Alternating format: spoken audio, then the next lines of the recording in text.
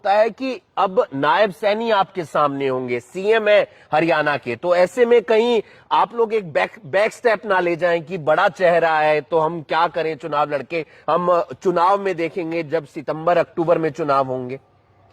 ऐसी बात नहीं है।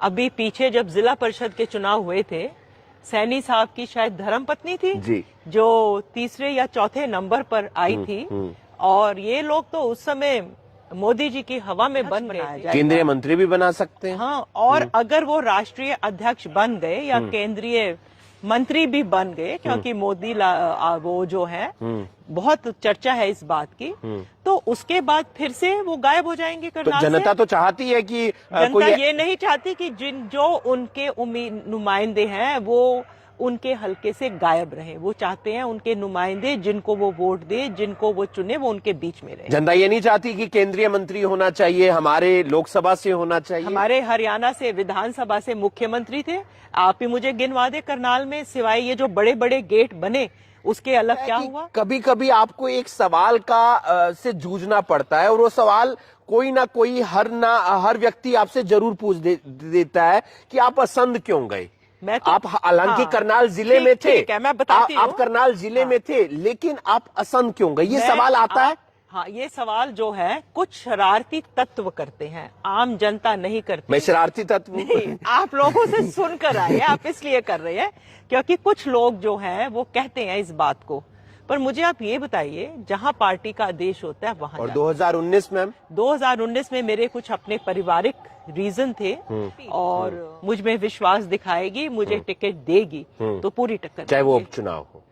बिल्कुल 25 मई, 25 मई की बात कर रही हूँ भैया। हाँ, और सितंबर अक्टूबर वाला तो बाद में देखेंगे, वो तो बाद की बात है, पहले 25 मई वाला चुनाव। बिल्कुल 25 मई। 25 मई एक ऐसी तारीख जो अब हरियाणा के लोगों को याद रखनी बेहद ज्यादा जरूरी है, क्योंकि आपको अपने वोट का इस्तेमाल करना होगा। 10 की 10 लोकसभा सीटों पर चुनाव है, साथ ही साथ हरियाणा के करनाल का उपचुनाव, क्योंकि मनोहर लाल विधायक पद से इस्तीफा दे चुके हैं। कांग्रेस के उन नेताओं के लिए एक अच्छा मौका है जो अपनी दावेदारी पेश कर रहे हैं। उनमें से एक नेता हमारे साथ मौजूद हैं, सुमीता सिंह, पूर्व विधायक हैं, कांग्रेस में इस वक्त नेता हैं, और लगातार हर कार्यक्रम में वो आपको नजर आ जाती होंगी। आपके लिए तो एक और मौका आ गया अब, यानी कि आपका जोश तो 7वें आसमान पर होगा। बिल्कुल बिल्कुल, पूरी तरह से हम पूरी तरह से तैयार हैं। आज जो है चुनाव आयोग ने करनाल विधानसभा का 25 मई का जो इलेक्शन अनाउंस किया है, कांग्रेस पार्टी जो है, कांग्रेस पार्टी पूरी तरह से इस चुनाव के लिए तैयार है। चुनाव के लिए तो तैयार है, लेकिन कई बार ऐसा होता है कि अब नायब सैनी आपके सामने होंगे, सीएम है हरियाणा के, तो ऐसे में कहीं आप लोग एक बैक स्टेप ना ले जाएं कि बड़ा चेहरा है तो हम क्या करें चुनाव लड़के, हम चुनाव में देखेंगे जब सितंबर अक्टूबर में चुनाव होंगे। ऐसी बात नहीं है। अभी पीछे जब जिला परिषद के चुनाव हुए थे, सैनी साहब की शायद धर्मपत्नी थी जी, जो तीसरे या चौथे नंबर पर आई थी, और ये लोग तो उस समय मोदी जी की हवा में बन गए थे, और नारायणगढ़ के रहने वाले हैं। इस बार करनाल की जनता वो गलती नहीं करेगी। उन्होंने पिछली बार मनोहर लाल खट्टर जी को मुख्यमंत्री अपना विधायक बनाया कि ये करनाल हमारा मुख्यमंत्री की सिटी होगी, शहर होगा, तो पता नहीं यहाँ क्या क्या काम हो जाएगा। किंतु आज आप देखें, यहाँ बच्चे बेरोजगार हैं, रोज यहाँ पर जितने हमारे सरकारी एम्प्लॉय हैं सेक्रेटेरिएट के बाहर धरने पे बैठे होते हैं। उसके बाद आप देखेंगे व्यापारी परेशान हैं। करनाल के लोगों की अगर कोई समस्या है, कोई बात है, वो अपने विधायक को नहीं मिल पाते थे। और मुख्यमंत्री जी ने, जो अब तो पूर्व मुख्यमंत्री, आपको क्या लगता है 25 मई को जब चुनाव होगा सुमीता जी, लोकसभा के साथ चुनाव हो रहा है, जो बीजेपी पार्टी चुनाव लड़ रही है वो मोदी की गारंटी पर लड़ रही है, तो आपको नहीं लगता है कि उसका फायदा आपको इतना नहीं मिल पाएगा?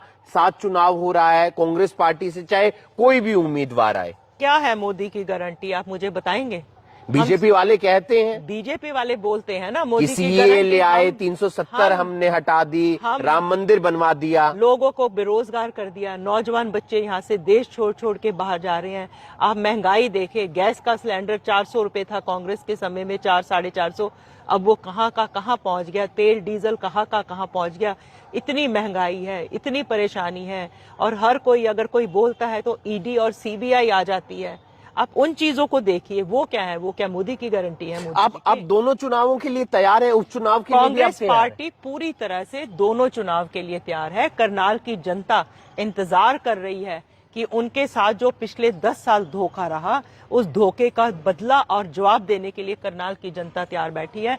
वो चाहती है कि करनाल के जो भी व्यक्ति चुनाव लड़े वो करनाल के हों, जिनके पास हम अपनी बात लेके, अपनी समस्या लेके जा सकते हैं। हम पूरी तरह से तैयार है, कांग्रेस पार्टी पूरी तरह से तैयार है। लोकसभा चुनाव में क्या लगता है, मनोहर लाल के आगे कौन सा उम्मीदवार हो सकता है कांग्रेस पार्टी का जो उन्हें टक्कर दे सकता है? क्योंकि जीत तो जनता तय करेगी। जो भी कैंडिडेट आएगा कांग्रेस पार्टी का, वो मनोहर लाल जी को पूरी टक्कर देगा। क्या करनाल से हमारे कांग्रेस पार्टी का ही कैंडिडेट विजय होगा। क्या ऐसा हुआ है मनोहर लाल का नाम सामने आने के बाद पुनर्विचार हो रहा है कि यहां पर हमें थोड़ा सा और काम करने की जरूरत है, यहां पर थोड़ा और ध्यान देने की जरूरत है? आपकी भी लगातार दिल्ली तो बात हो ही रही होगी। यहाँ पर जो भी मैंने कहा ना, कैंडिडेट जब तक अनाउंस नहीं हो सकता, हम किसी का नाम नहीं ले सकते हैं, क्योंकि अभी समय है चुनाव के अंदर। और जिसको भी पार्टी टिकट देगी, सभी कांग्रेसी एकजुट होकर उस कैंडिडेट की मदद करेंगे। और यहाँ के लोगों ने देख लिया है मनोहर लाल जी किस प्रकार से कार्य करते हैं एज अ विधायक, जब उन्होंने करनाल के लोगों को समय नहीं दिया। और बहुत चर्चा है मनोहर लाल जी के बारे में कि उनको बीजेपी का राष्ट्रीय अध्यक्ष बनाया जाए, केंद्रीय मंत्री भी बना सकते हैं। हाँ, और अगर वो राष्ट्रीय अध्यक्ष बन गए या केंद्रीय मंत्री भी बन गए, क्योंकि मोदी वो जो है, बहुत चर्चा है इस बात की, तो उसके बाद फिर से वो गायब हो जाएंगे करनाल से। जनता तो चाहती है कि जनता ये नहीं चाहती कि जो उनके नुमाइंदे हैं वो उनके हलके से गायब रहे। वो चाहते हैं उनके नुमाइंदे, जिनको वो वोट दे, जिनको वो चुने, वो उनके बीच में रहे। जनता ये नहीं चाहती कि केंद्रीय मंत्री होना चाहिए, हमारे लोकसभा से होना चाहिए। हमारे हरियाणा से विधानसभा से मुख्यमंत्री थे। आप ही मुझे गिनवा दे करनाल में, सिवाय ये जो बड़े बड़े गेट बने, उसके अलग क्या हुआ? वो इस कहते थे स्मार्ट सिटी बनेगी यहाँ पे, ये होगा, कई कुछ सुनाया जा रहा था। क्या हुआ आप बताएं मुझे? हमें तो Karnal as a smart city नजर नहीं आ रहा। आपकी भी जोर अजमाइश थोड़ी सी अब ज्यादा हो जाएगी उपचुनाव के लिए टिकट लेने की। आप भी लगातार अब जहां से टिकट मिलती है, चाहे वो चंडीगढ़ की बात करें या दिल्ली की बात करें, वहां पे थोड़े से ज्यादा राउंड लगेंगे अब? नहीं, मैं उस प्रकार की राजनीति नहीं करती हूँ। मैं लोगों के बीच में रहूंगी, लोगों के यहीं पर रहूंगी, और चुनाव की तैयारी करेंगे, और टिकट मिलेगी तो लड़ेंगे।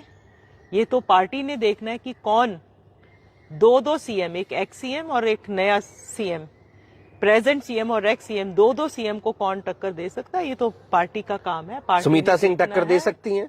बिल्कुल दे सकते हैं, क्यों नहीं दे सकते हैं? किस चीज की कमी है? आपको लगता है कि कभी कभी आपको एक सवाल का से जूझना पड़ता है, और वो सवाल कोई ना कोई हर व्यक्ति आपसे जरूर पूछ देता है कि आप असंध क्यों गए?